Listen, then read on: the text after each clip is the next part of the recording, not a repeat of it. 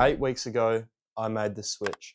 I went from listening to secular, unholy, non-Christian music to exclusively Christian music. Now, if I was lying, I'd tell you that it didn't affect my life at all. But I don't like lying. Let me explain. Before I made the switch, I was a pretty good stock standard Christian boy. I would go to church on Sundays, I would jump and sing. Praise the Lord, oh my soul. But then when I'd get home from church and no one was watching, I'd be listening to these atrocious tunes. Drugs, gangs, drugs and gangs and drugs. And then I would sit and wonder, why am I hitting a wall in my Christian walk? I was struggling with things like pride and anger. And I would get down and I'd pray. And I'd be like, God, please take away these fleshly desires. But I would always fall back into that dark place of anger and pride. And you know what the worst part is?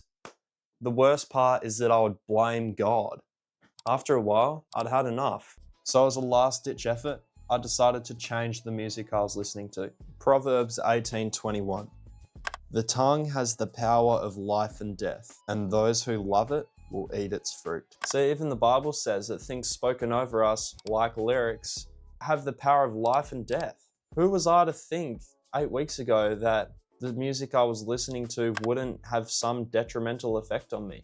There's studies that show it too. So you'll never guess what happened when I stopped listening to that bad music. I was just seeing this great growth in my relationship with Jesus, and it all started with what I was listening to. So now I have a challenge for you. Try and see the impacts that listening to good Christian music can have on your life. And before you say, but Tobin, I don't have a good playlist. Don't worry, there's a link in my bio to my Spotify profile where you'll find all of my Christian playlists. As usual, thanks for hanging around, and I'll see you next time.